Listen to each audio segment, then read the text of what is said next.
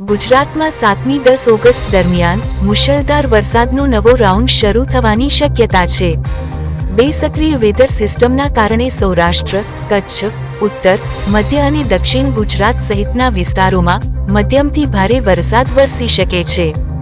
ગુજરાતમાં ચોમાસું તેના મધ્ય તબક્કામાં છે, પરંતુ છેલ્લા કેટલાક સમયથી વરસાદે વિરામ લીધો હતો, જેના કારણે ખેડૂતોમાં ચિંતા વ્યાપી હતી। જો કે હવે એક રાહતના સમાચાર સામે આવ્યા છે। હવામાન વિભાગ અને હવામાન નિષ્ણાતો દ્વારા 7મી 10 ઓગસ્ટ દરમિયાન રાજ્યમાં મુશળધાર વરસાદના નવા રાઉન્ડની આગાહી કરવામાં આવી છે।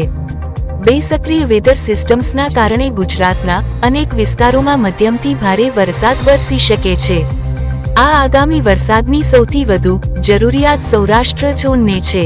સૌરાષ્ટ્રના ડેમો હજુ પણ અડધે ભરાયા નથી અને પાણીનો ભરાવો જોઈએ તેવો ન હોવાથી ખેડૂતો ચિંતામાં મુકાયા હતા।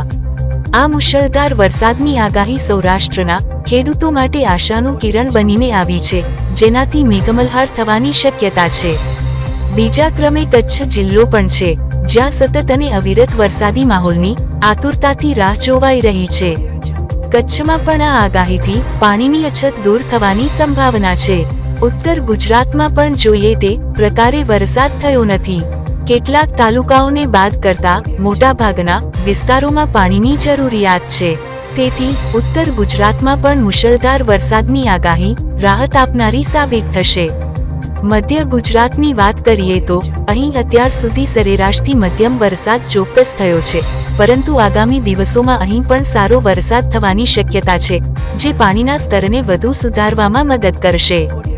દક્ષિણ ગુજરાતમાં ચોમાસાના અગાઉના 3 રાઉન્ડમાં સૌથી વધુ વરસાદ થયો છે। સુરત, નવસારી અને વલસાડ જેવા વિસ્તારો જળબંબાકાર થયા હતા। તેમ છતાં આગામી રાઉન્ડમાં દક્ષિણ ગુજરાતમાં પણ ફરીથી ભારે વરસાદની શક્યતા વ્યક્ત કરવામાં આવી છે।